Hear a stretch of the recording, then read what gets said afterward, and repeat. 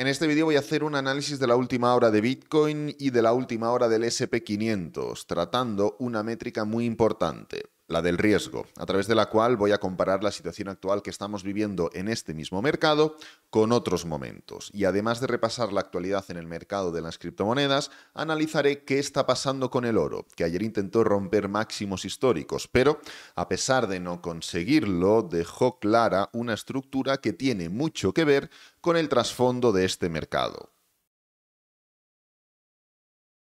Bueno, antes de hacer un análisis técnico de la última hora de Bitcoin y de la última hora del SP500, quiero tratar dos métricas. Bueno, realmente es la misma métrica, pero en dos activos, y es la métrica del riesgo. La vamos a tratar en Bitcoin y posteriormente la vamos a tratar en el SP500. Y es que actualmente nos encontramos en unos niveles muy pocas veces vistos en Bitcoin. Fíjate cómo realmente el nivel de 0,6 de riesgo lo hemos vivido en 1, 2, 3, 4, 5, en 6 ocasiones.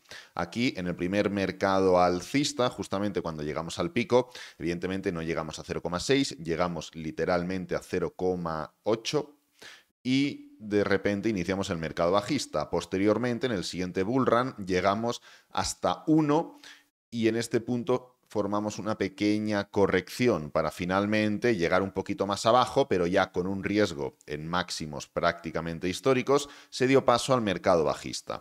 Posteriormente, en pleno bullrun del año 2015, 16, 17 hasta el 18, llegamos en dos ocasiones, justamente en este punto de aquí, previo a un pequeño pullback en junio-julio del año 2017 y luego, posteriormente, en agosto-septiembre del mismo año 2017, también llegamos a los mismos niveles y el precio realizó dos pullbacks. Y finalmente lo volvimos a alcanzar tanto en el pico del mercado alcista del año 2017 como en el pico del mercado alcista del año 2020-2021, como también en este punto intermedio donde hacemos tanta comparación respecto a lo que estamos viviendo actualmente, donde justamente después de llegar al mínimo del mercado bajista del 2018, el precio de Bitcoin se levantó, es la línea de color azul, y justamente llegamos al pico en Bitcoin y al pico en el riesgo en el mismo punto, la misma fecha, el 27 de junio del año 2019,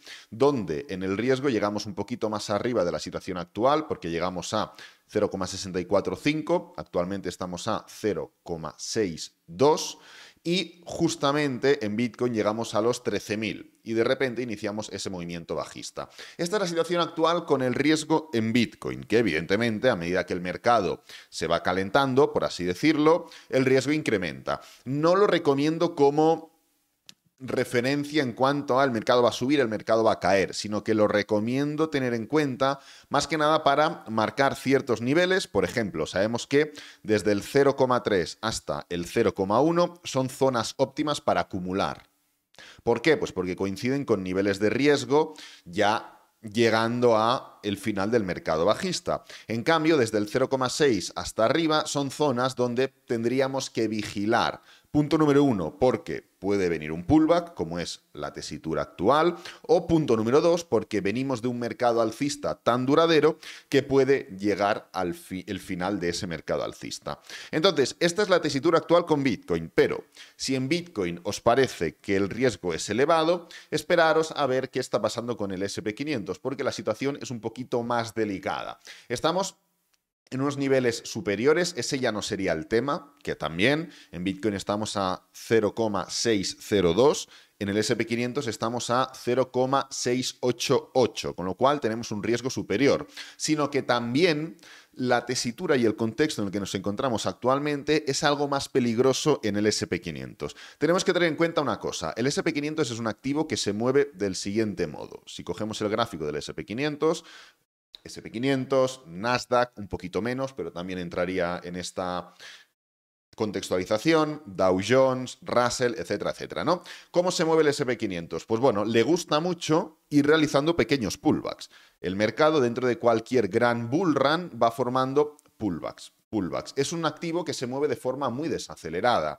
Es decir, no vamos a ver velas tan impulsivas como por ejemplo en criptomonedas. ¿Esto qué hace? Esto hace que la tesitura en cuanto al riesgo sea mucho más volátil. ¿Por qué? Pues porque tenemos claras bandas de riesgo que van para arriba, para abajo constantemente. Parece un poco el VIX, el índice de volatilidad, ¿no? Entonces, no, o esta tesitura o forma de moverse del S&P 500 hace que no sea óptimo analizarlo del mismo modo que Bitcoin. En Bitcoin, ¿qué hemos hecho? Hemos cogido, hemos mirado el punto de riesgo en el que estamos y hemos comparado. Simple. En el S&P 500 no sería justo, porque la forma de moverse del índice es totalmente opuesta.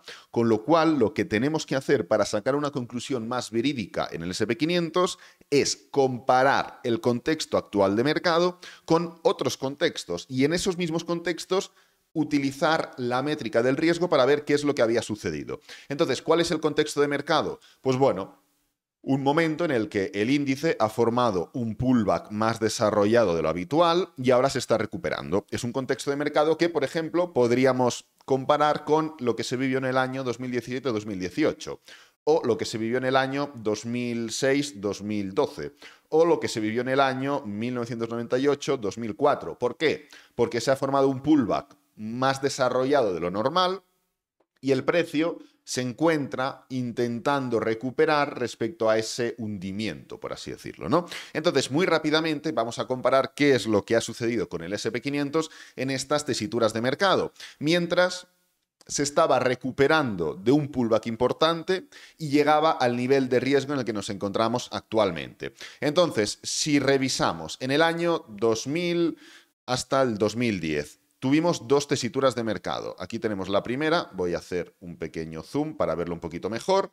donde el S&P 500 de color azul se estaba recuperando, llegamos al nivel de riesgo en el que nos encontramos ahora y a mitad de esa recuperación se formó un pullback importante. Aquí lo tenemos. Posteriormente, el riesgo se mantuvo bastante plano, el S&P 500 continuó su senda alcista y cuando volvimos a llegar aquí, justamente aquí, en mayo del año 2007, a los mismos niveles de riesgo en los que nos encontramos actualmente, ¿qué es lo que sucedió? ¡Pam! Gran tendencia bajista debido a la crisis que vivimos en el año 2008, 2009, 2010 en el S&P 500. Esto es una primera tesitura de mercado, pero tenemos más. Vamos a hacer un zoom en este punto de aquí para analizar del mismo modo. Aquí ya nos trasladamos al año 1969 hasta 79, una década entera, ¿no? Pues bueno, vamos a ver, el S&P 500 está formando un movimiento bajista, un pullback, y cuando se está intentando recuperar, y fíjate, en abril del año 1971 estaba prácticamente en los máximos anteriores. Llegamos al mismo nivel de riesgo en el que nos encontramos ahora y ¡pam! Pullback del S&P 500. El precio se vuelve a levantar y en este caso, antes de la gran caída del año 74-75, donde tuvimos una crisis o una recesión importante, antes de formar esa gran caída, el índice de riesgo llega un poquito más por debajo. Es decir, no llegamos al punto en el que nos encontramos ahora, así que no nos vale. Pero, ¿qué es lo que sucedió cuando el S&P 500 nuevamente se intentaba recuperar? Pues que llegó en dos ocasiones al nivel de 0,688 de riesgo. En este punto de aquí, julio del 75, donde formó un pullback, y nuevamente en enero del 76, febrero, donde formó un movimiento bajista más desarrollado. Y sinceramente, así podríamos seguir con todos los demás movimientos. Os lo digo porque ya lo he testeado, lo único que quería era enseñaros dos referencias. Entonces, estamos viendo cómo, punto número 1, Bitcoin está en unos niveles de riesgo, pues bueno, atractivos para esperar por lo menos un pullback. Esto es simplemente un elemento o argumento más que se une a toda la lista de argumentos que reclaman un pullback. Y punto número 2, que el S&P 500 en la tesitura en la que se encuentra unido al nivel de riesgo actual genera una incertidumbre importante respecto a lo que podemos esperar, que es un pullback claro. ¿Ok? Entonces, esto lo vamos a ir desarrollando a través de diferentes análisis. Perdonad, estos me están saltando aquí alertas de trading, bueno, luego lo reviso. Entonces, esto lo vamos a ir tratando a través de diferentes análisis y el primero de ellos es la relación entre el S&P 500 y el oro, o mejor dicho, ¿qué está pasando con el oro? Y luego tratamos la relación entre el S&P 500 y el oro.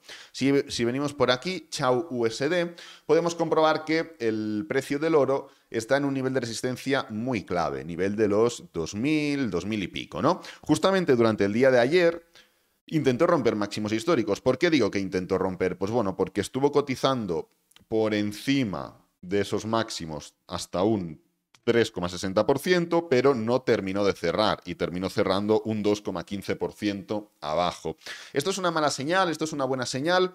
Simplemente es lo que es, un intento de ruptura. Ya está, no quiero ir al trasfondo de qué va a pasar con el oro, cuál es el pullback, cuál es la siguiente vela, esto me da literalmente igual. Lo que quiero hacer es un análisis mucho más genérico y es muy importante que entendamos esta tesitura técnica, porque justamente esta estructura que estamos viviendo actualmente con el oro es literalmente la misma estructura que vivimos en el año 2016, 2017, 2019, cuando se formó esta ruptura alcista.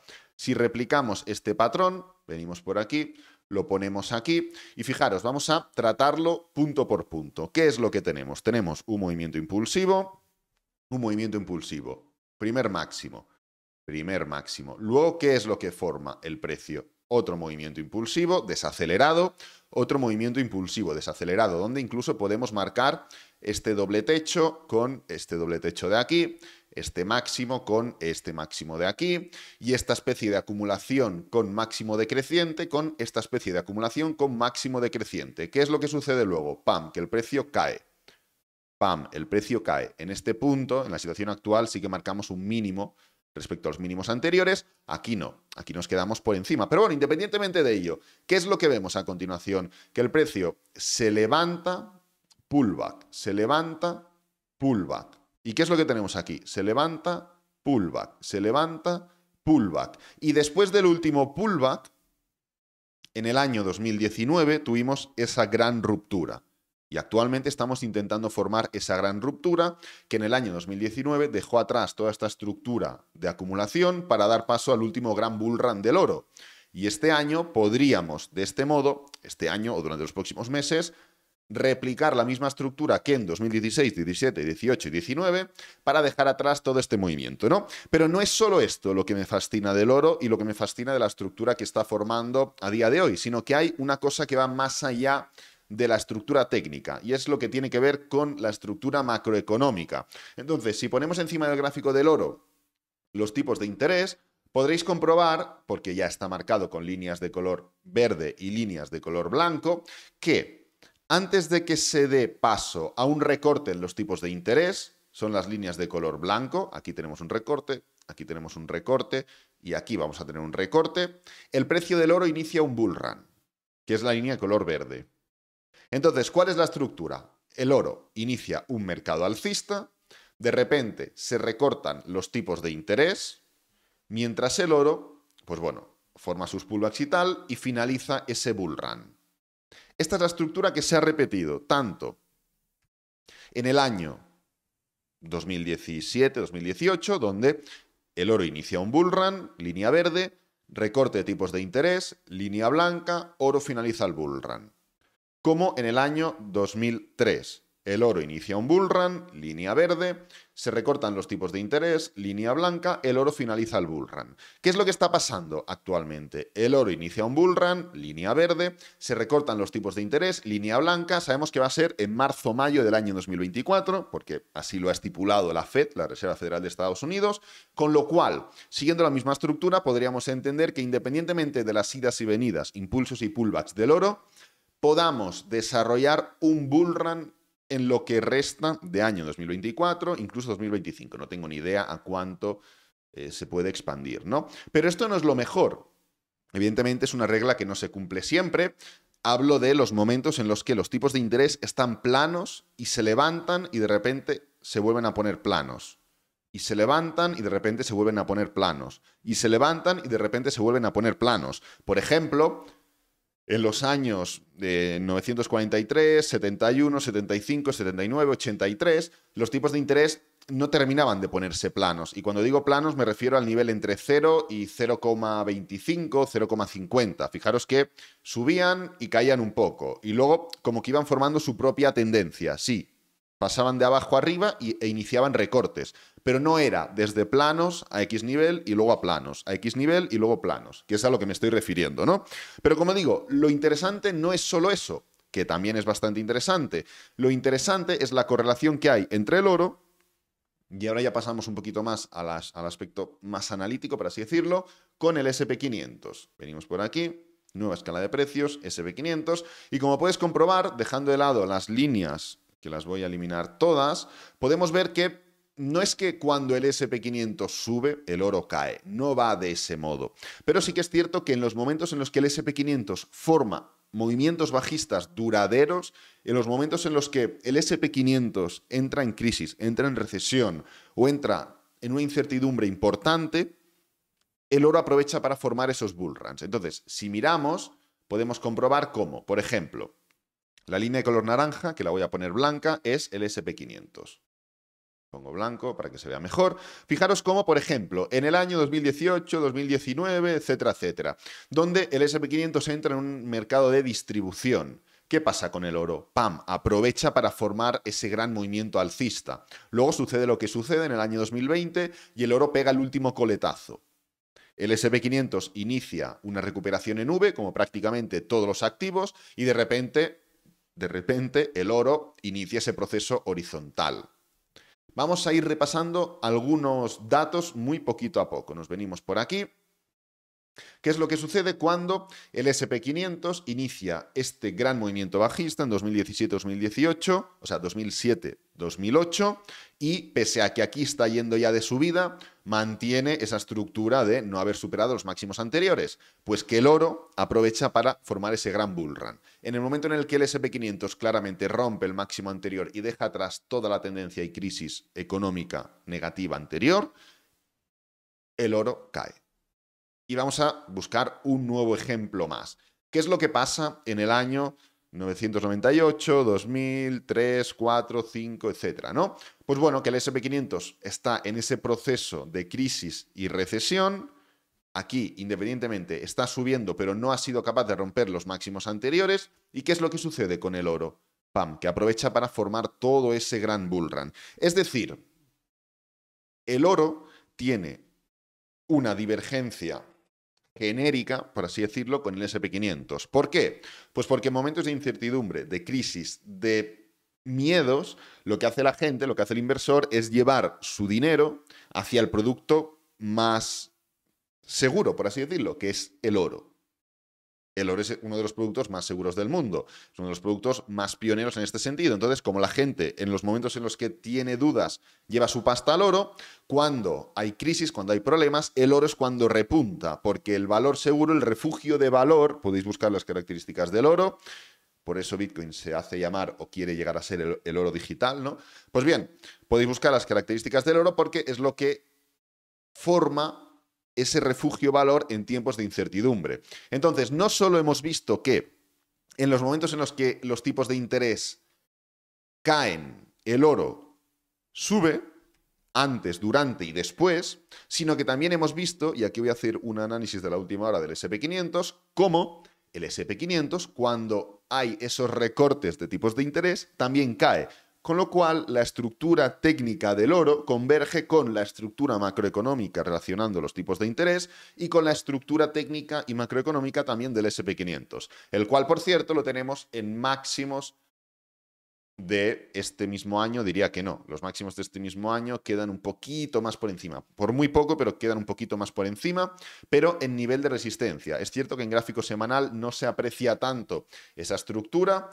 En gráfico diario se aprecia mucho mejor la desaceleración. Si cogemos el continuo, aquí podremos ver un poquito mejor lo que está sucediendo. Desaceleración en nivel de resistencia. Ya hemos formado una primera envolvente bajista. Esta vela es determinante. ¿Por qué es determinante? Porque hasta ahora teníamos velas de desaceleración. 1, 2, 3, 4, 5, hasta 6 velas de desaceleración en nivel de resistencia. Pero ahora ya hemos formado una vela bajista, que no solo es una vela bajista, sino que viene después de formar una vela ascendente. Es decir, en nivel de resistencia lo difícil es romper la resistencia. ¿Por qué? Porque es donde todo el mundo se está poniendo corto. Cuando ya rompes la resistencia, ya está, lo difícil ya lo has hecho. Con lo cual, los bajistas, en este caso, deberían unirse y decir, vale, no hemos ganado, vamos al menos a intentar sacar pasta en largo. Y esto es lo que sucede cuando formas una ruptura, que lo normal es que haya un escape. Pero si lo más difícil ya lo has hecho, que es formar la ruptura, y a continuación se forma una envolvente bajista, ¿cuál es la señal que se está mandando? Mucho cuidado porque la fuerza es a la baja. Y pese a haber ganado un pequeño momento, en este punto de aquí se ha cogido liquidez y el precio se ha dado totalmente la vuelta. Con lo cual, esta vela es determinante no solo por este trasfondo que he comentado, sino porque ahora nos va a permitir saber. ¿Qué nos va a permitir saber? Si la estructura va a ser limpia, es decir, envolvente bajista en nivel de resistencia después de sobrecompra, con lo cual pullback, o si por lo contrario la estructura no va a ser limpia, es decir, envolvente bajista en nivel de resistencia después de sobrecompra, pero el precio, que si ahora caiga un poco, que sea no sé qué, que sea no sé cuántos, que sea no sé quién, es lo que nos va a permitir y nos va a dar el pistoletazo de saber qué es lo que va a pasar durante los próximos días, incluso semanas, en el SP500. Yo personalmente, tal cual comenté en vídeos, creo que la semana pasada o la otra, no recuerdo exactamente, aproveché para ponerme corto en diferentes activos. El Nasdaq fue uno de ellos, en nivel de resistencia. A ver si carga TradingView, que recientemente no va muy bien. En nivel de resistencia, fijaros la estructura de desaceleración y reversión. Ya la estuvimos comentando la semana pasada. 1, 2, tercer toque. ¿Qué es lo que pasó? Cuando se rompió, esto es gráfico de una hora. Finalmente, el nivel de resistencia, ¿qué es lo que hizo el gráfico? ¡Pam! Para abajo. Con lo cual, lo normal es que pase lo que pasó, que es que el precio caiga. Esto es lo normal. Lo que no es normal, porque ya no es un patrón preestablecido, es que después de este movimiento de aquí, el precio, después de esta estructura donde se ha dado la vuelta completamente, lo mismo que ha pasado en el SP500 en gráfico diario, es lo que pasó hace unos días, la semana pasada, en Nasdaq en gráfico horario. Pues bien, lo que no es normal es que después de esta estructura el precio haga así. Porque esto ya es un patrón suficientemente bajista como para predecir que las próximas velas van a caer. El SP500. El Nasdaq es uno de los ejemplos que ejecuté. El otro ejemplo es Nvidia. A través de una estructura algo diferente, pero ya dentro de un mercado o tendencia bajista consolidada, también en gráfico de una hora. Aquí lo tenemos donde el patrón técnico, a ver si carga, es muy similar a lo que vimos. Lo borré ayer igual. No, vale. El patrón técnico es muy similar a lo que vimos en Nasdaq. Justamente el precio rompe o consigue romper el nivel de resistencia y de repente, ¡pam!, se da la vuelta. ¿Qué es lo normal después de esto? Iniciar una tendencia bajista. No ejecuté en este punto, primero porque había presentación de resultados y segundo porque me gustaba un poquito más Nasdaq, pero sí que ejecuté ya dentro de esos máximos y mínimos decrecientes, esa clara tendencia bajista en la que entramos. Entonces, lo normal es esto. Después de esta vela bajista del SP500 que vimos durante el día de ayer, lo normal sería que pudiéramos entrar en un proceso correctivo un poquito más duradero. Nuevamente, esto sería lo normal técnicamente hablando. Esto sería lo que deberíamos seguir si queremos hacer caso de la acción del precio. Si queremos repetir patrones que a largo plazo generan una rentabilidad y un rendimiento. Luego lo que pase es una incógnita. Nosotros solo podemos ir del lado de la probabilidad, que es entender que lo que podemos esperar a partir de ahora es un pequeño pullback, como mínimo de momento, un pequeño pullback, que luego durante los próximos días vemos unas subidas. Pues bueno, nosotros ya no podemos hacer nada ahí, pero como mínimo habremos ido del lado de la probabilidad. Así que nada, voy a dejar este vídeo por aquí, espero que te haya gustado, que te haya servido, que es lo importante. Si es así, dale me gusta, suscríbete, compártelo con amigos, con la familia y nos vemos en el próximo vídeo. Adiós.